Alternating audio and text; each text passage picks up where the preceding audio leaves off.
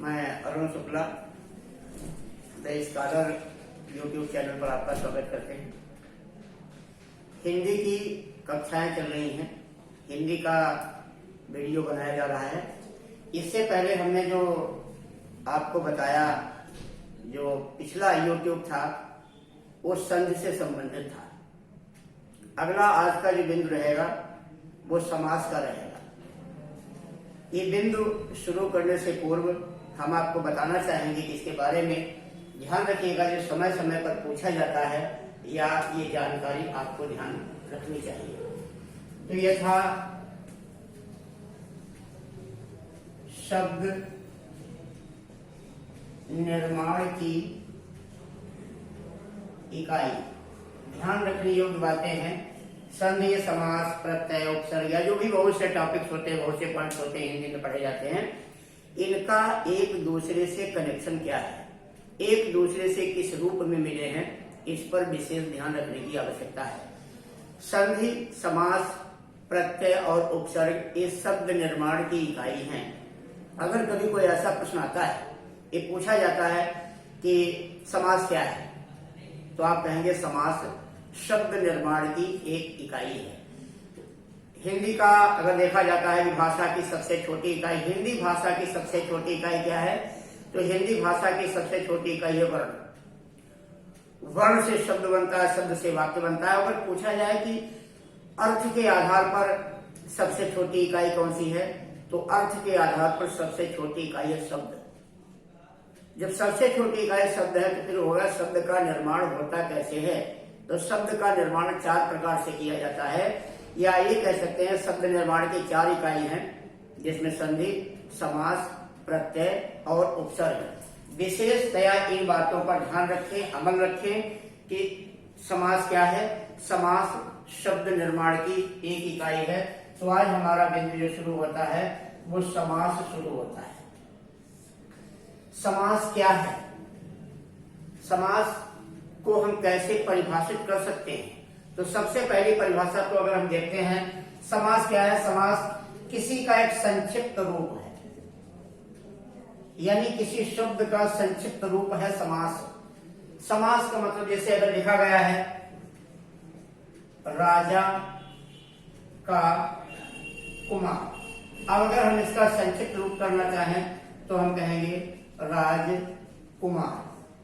राजकुमार क्या है, राजकुमार समास है। ध्यान रखिएगा, समास के नियमों से बने शब्द को सामासिक पद या समस्त पद कहा जाता है।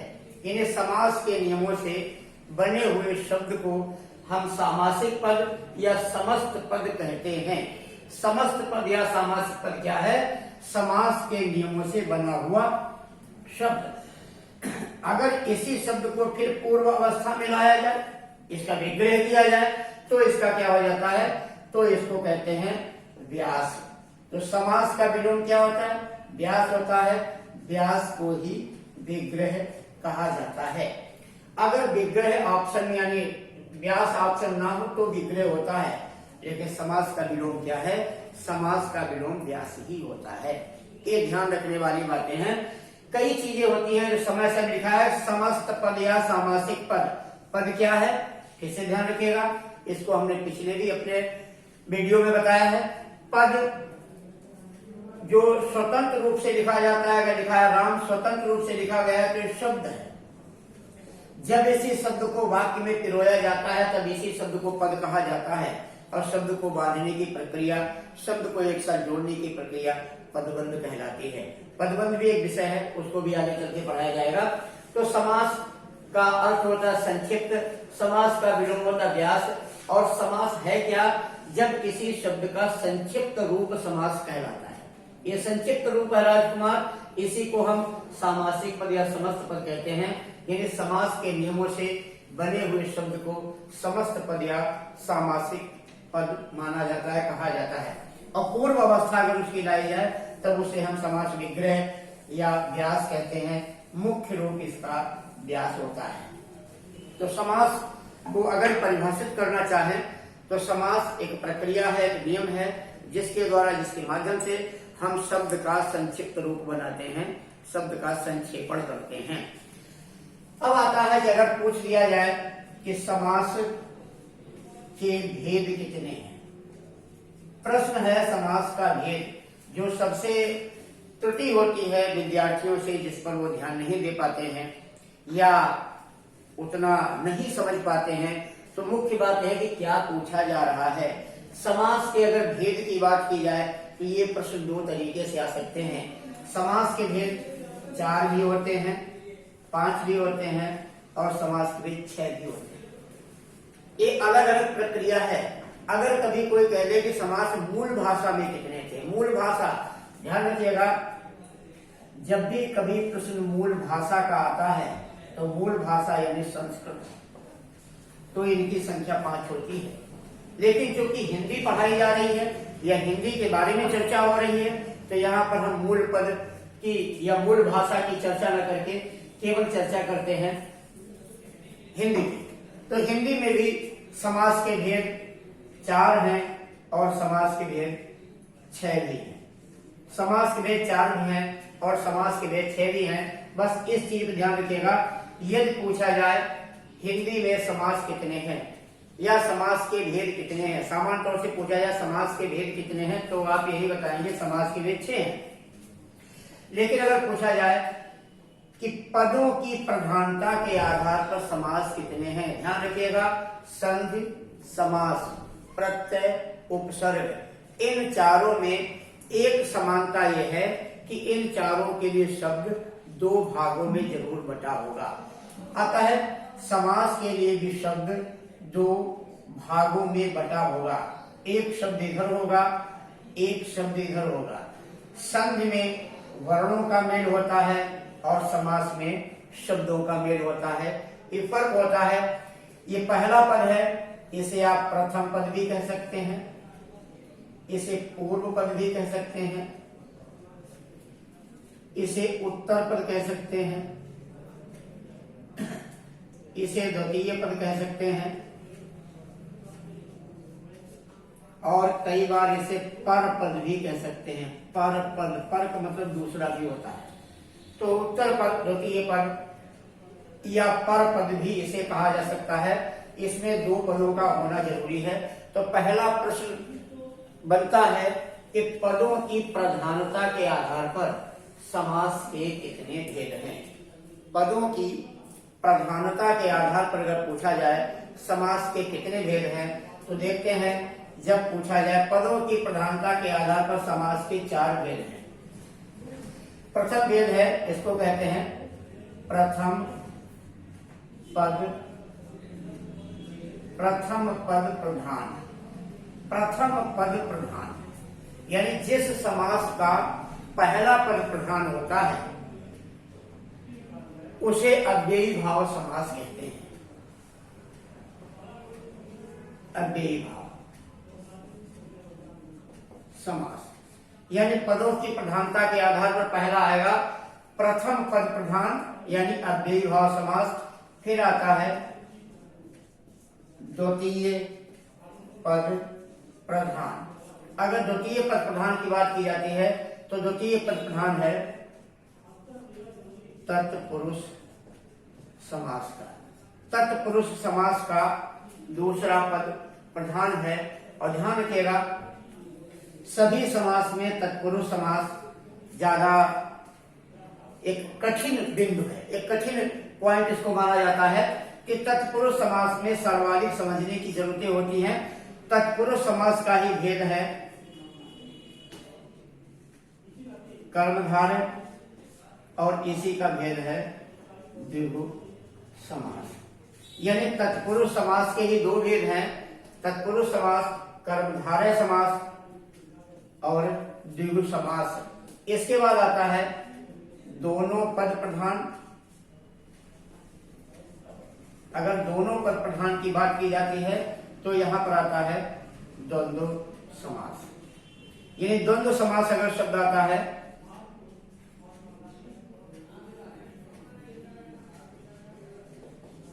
तब इसके दोनों ही पद प्रधान होते हैं। और नंबर 4 पे आता है कोई पद प्रधान नहीं। तो यहां पर आ जाता है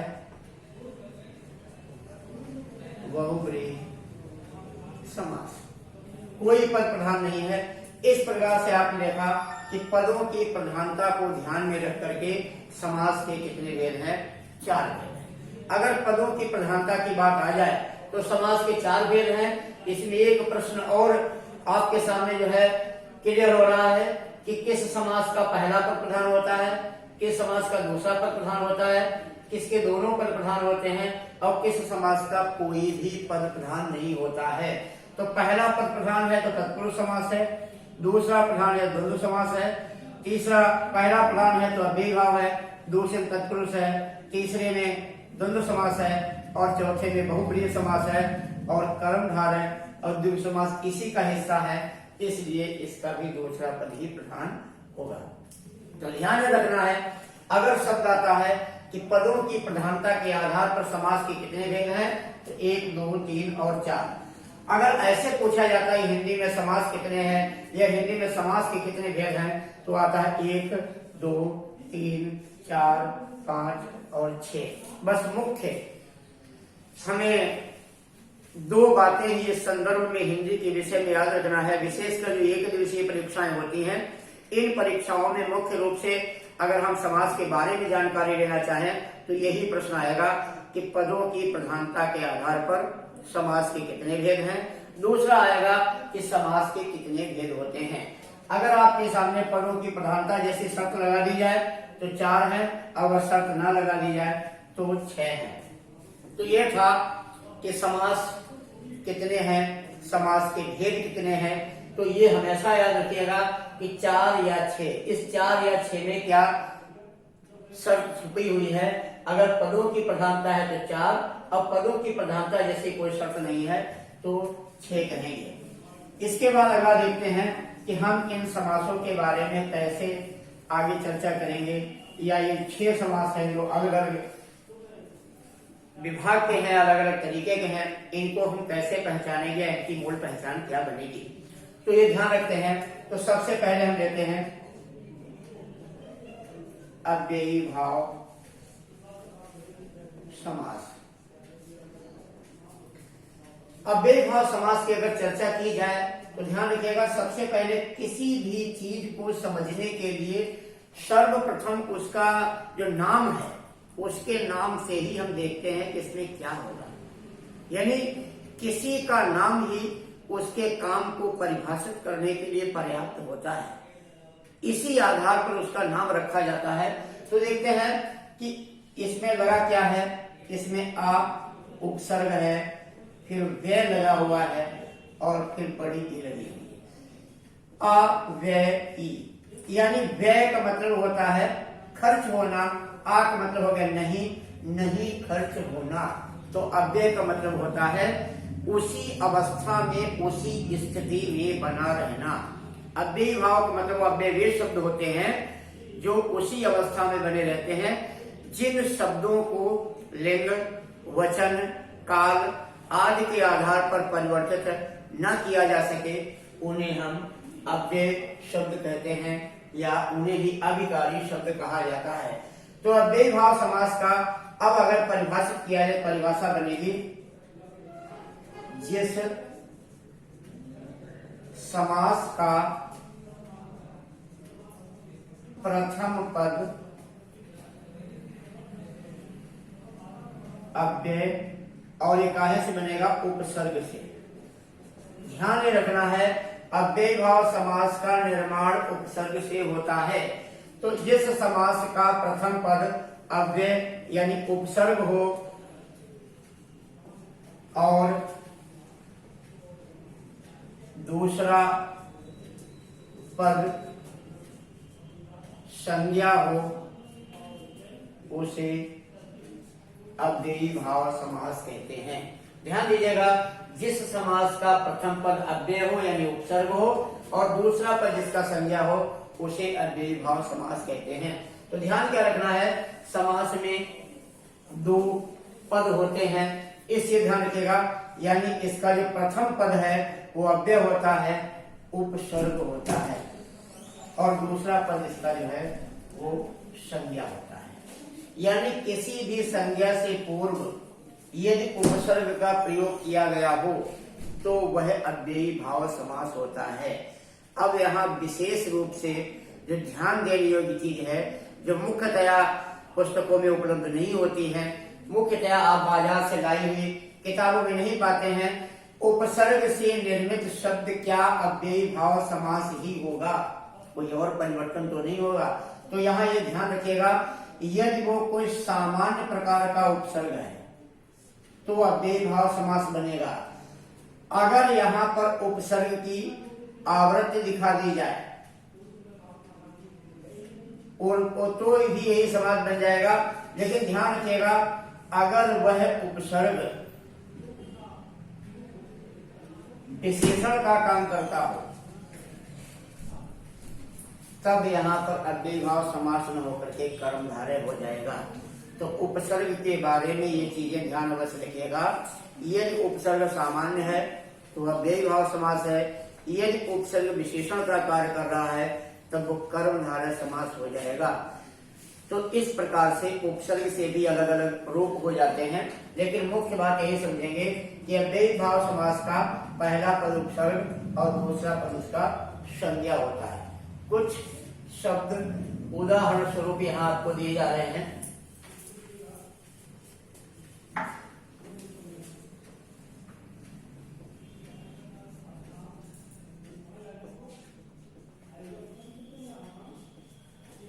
जैसे प्रत्यक्ष, परोक्ष,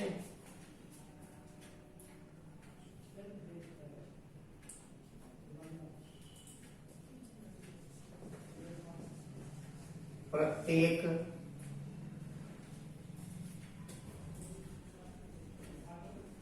अत्यधिक,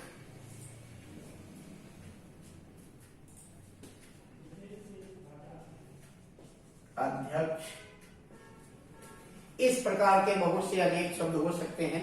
कुछ ही यहाँ पर उदाहरण दिए जा सकते हैं। बस ध्यान क्या रखना है, और एक विशेष बात आपको बताएं, इससे पहले संधियां पढ़ी गई हैं, ध्यान दीजिएगा। विसर्ग प्रायः उपसर्ग होते हैं, विसर्ग प्रायः उपसर्ग होते हैं, और उपसर्ग से निर्मित शब्द अव्यय होता है, अतः वहां पर अव्ययी भाव समास पाया जाता है। यानी विसर्ग प्रायः उपसर्ग होता है, उपसर्ग प्रायः अव्यय होते हैं, अतः विसर्ग से निर्मित शब्द अव्ययी भाव समास कहलाएगा। अगर कहीं लिख दिया गया है निहि प्लस धन, इस प्रकार से आप विसर्ग संधि है, यहाँ पर बन जाएगा शब्द निर्धन, और निर्धन चूंकि विसर्ग से रा बनेगा, ये हो जाएगा उपसर्ग निर हो जाएगा, अतः निर्धन शब्द जो है वह अव्ययी भाव है, अव्ययी भाव समास बन जाता है। तो ये ध्यान रखेंगे। लेकिन शब्द लिखा है प्रायः, प्रायः का मतलब 100% ऐसा नहीं होता है, अधिकतम ऐसा ही होता है। तो ध्यान रखेंगे, प्रायः ऐसा होता है। दूसरा आता है, जितनी भी आपने यण संधि पढ़ी, यण संधि, यण संधि से बने शब्द भी प्रायः उपसर्ग, यण संधि में जो पहला भाग होता है, जो पहला शब्द होता है वो उपसर्ग होता है, अतः यण संधि से बने शब्द भी अव्ययी भाव समास होते हैं। तो ध्यान रखिएगा, प्रत्यक्ष की अगर हम संधि विच्छेद करें तो प्रति प्लस अक्ष होता है, अक्ष संज्ञा है, प्रति उपसर्ग है, यहाँ पर यण संधि है। तो यण संधि से या विसर्ग संधि से निर्मित शब्द प्रायः अव्ययी भाव समास होते हैं। बड़ा ही इन चीजों को ध्यान में रखिएगा। ये एक विशेष जानकारी आपको दी जा रही, बताया जा रहा है। यानी यण संधि से और विसर्ग संधि से निर्मित शब्द प्रायः अव्ययी भाव होता है, क्योंकि इन संधियों का जो पहला भाग होता है वो प्रायः उपसर्ग माना जाता है। एक ऐसी नई बात आपको मिली होगी समझने के लिए। अब चूंकि एक चीज ध्यान रखिएगा, अभी आपको ये बताया गया कि उपसर्ग से निर्मित शब्द से निर्मित शब्द अव्यय होता है, अतः उस शब्द में अव्ययी भाव समास पाया जाता है। कहाँ ध्यान रखना है? इस शब्द पे ध्यान रखना है। उपसर्ग से निर्मित शब्द से 3 प्रकार के समास बनेंगे, ध्यान रखिएगा। यदि वो उपसर्ग निषेधात्मक है, ध्यान रखिएगा, यदि उपसर्ग निषेधात्मक है तो इससे निर्मित शब्द नया तत्पुरुष बनेगा।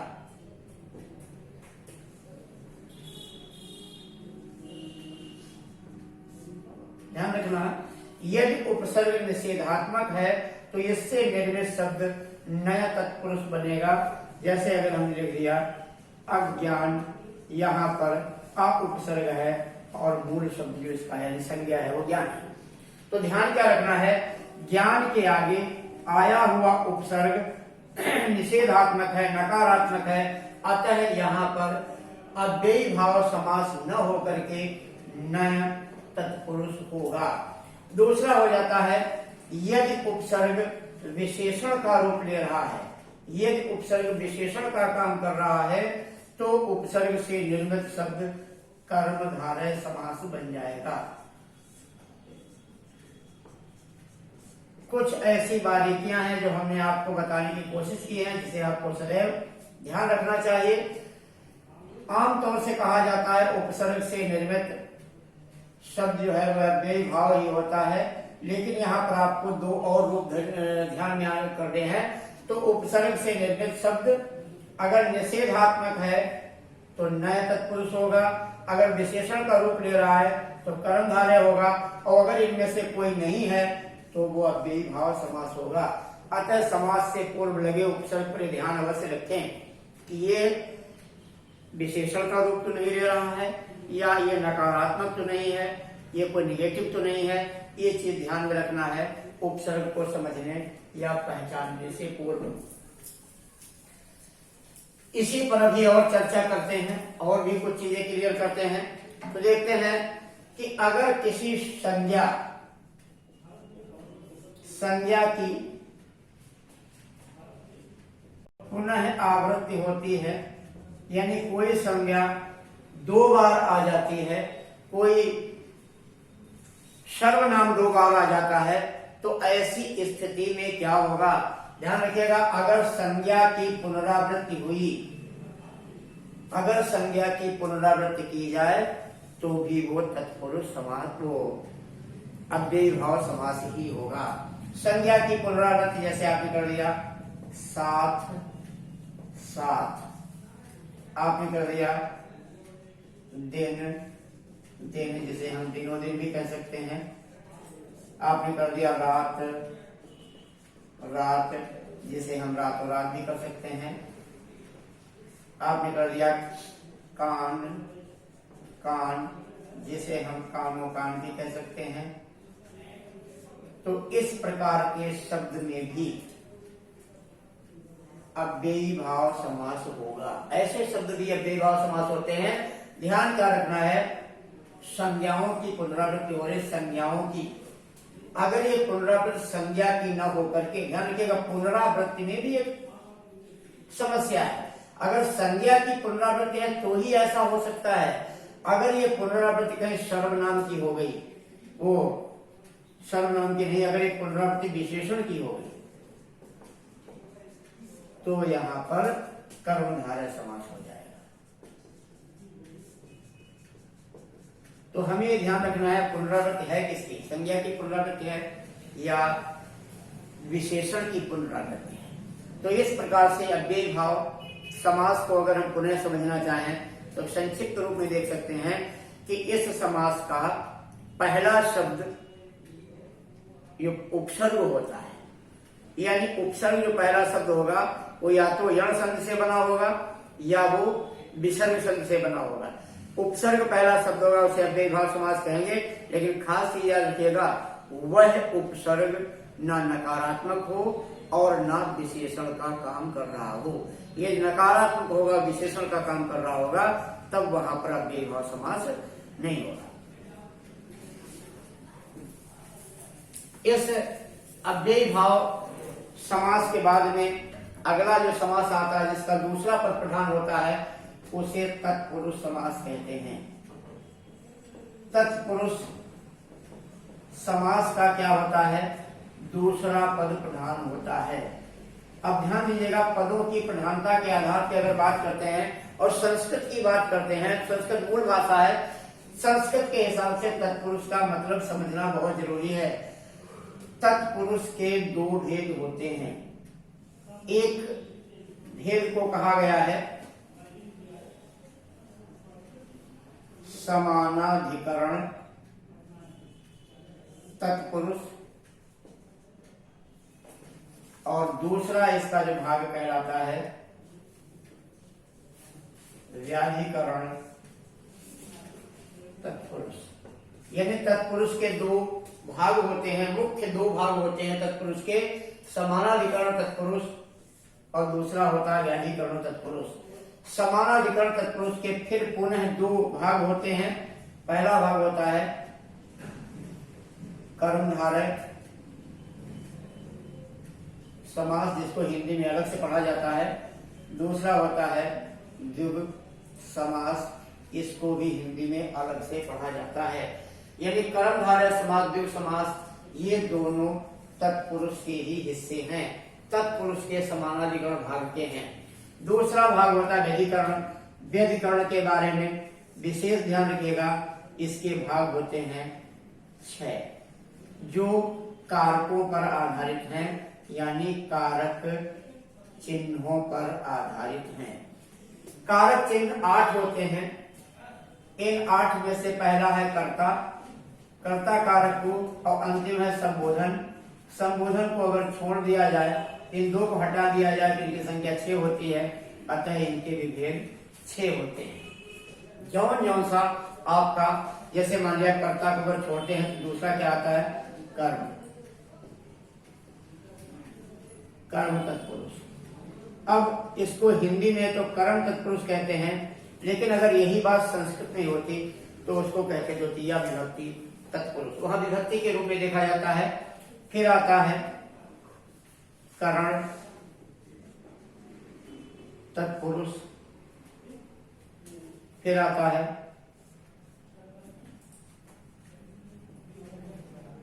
संबंध तत्पुरुष, अपादान तत्पुरुष, संप्रदान तत्पुरुष,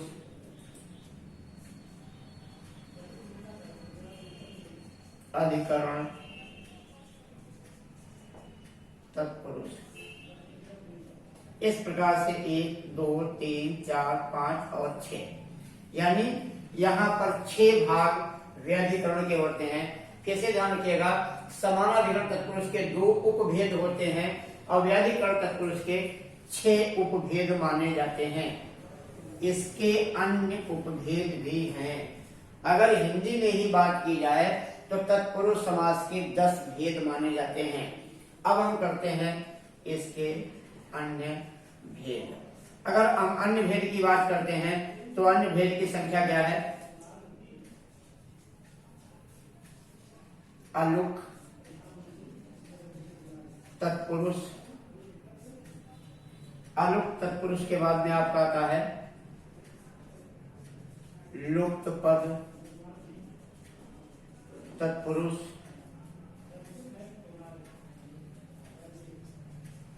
नया तत्पुरुष, और फिर आता है उपपद तत्पुरुष। इस प्रकार देखा जाए तो तत्पुरुष समास के इस समानाधिकरण को बात हम करते हैं तो इनको चलो हिंदी में अलग से पढ़ लेते हैं। कर्मधारय द्विगु समास को अलग रूप से पढ़ा जाता है। तो हिंदी में मुख्य रूप से क्या होता है, जो हमने आपको बात बताई मूल भाषा की, तत्पुरुष समास का अगर मूल भाषा में बात करें तो ये विवरण होता है। अब अगर केवल हिंदी की बात करेंगे तो समानाधिकरण तत्पुरुष के अंतर्गत आए हुए दोनों को हम एक रूप में देखते हैं, अलग भाग में मानते हैं और इनको अलग पढ़ते हैं, इसीलिए इनकी संख्या 6 होती है। लेकिन ये भाग तो माने जाएंगे, मुख्य भेद होते हैं 6 और 4 अन्य भेद होते हैं, कुल मिलाकर के इनके भेद होते हैं 10। अब प्रश्न आपको याद रखना है, यदि हिंदी में आपसे पूछा जाए कि तत्पुरुष समास के उपभेद कितने होते हैं, या पूछा जाए भेद कितने होते हैं, तो ये संख्या आपको 6 ही लिखनी है। अगर पूछ दिया जाए कि कुल भेद कितने होते हैं तो आपको ये संख्या 10 लिखनी है, और अगर पूछ दिया जाए अन्य भेद कितने होते हैं तो ये संख्या आपको 4 लिखनी है। ध्यान रखिएगा कि पूछा क्या जा रहा है। परीक्षा में हमें इस बात पर विशेष ध्यान रखना है कि हमसे परीक्षक क्या जानना चाहता है या किस प्रकार की जानकारी प्राप्त करना चाहता है। इसलिए हमेशा ध्यान रखिएगा कि जिस प्रकार का प्रश्न हो उसका उत्तर उसी के अनुरूप होना चाहिए।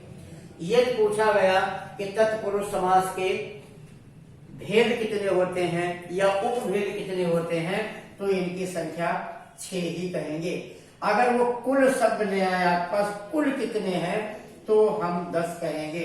ध्यान दीजिएगा, जैसे वर्णमाला में आपको बताया था कि स्वर कितने हैं, तो ये था 11। लेकिन कुल स्वर की बात की जाएगी, परंपरागत हिंदी में कितने स्वर थे, तब उनकी संख्या 13 है।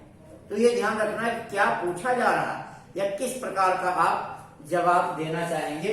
तो इस प्रकार से अन्य भेद की बात की जाए तो 4। तो यहां तक की बात अगर आपके समझ में आ गई हो तो ध्यान रखें कि क्या हम कहना चाहते हैं, क्या बताना चाहते हैं। तो आज हमने आपको समास क्या है के बारे में बताया, समास क्या चीज होती है, ये सारी बात बताई, और अव्यय भाव समास का वर्णन किया है, उसकी व्याख्या की है, और तत्पुरुष समास के जितने भी भेद थे उन हर भेद को मैंने आपसे परिचित कराया। चाहे संस्कृत के हिसाब से इसके 2 रूप बताए, उनका अलग विवरण लिया, और हिंदी के हिसाब से इसके 6 और 4 और 10 अलग अलग भेद बताए।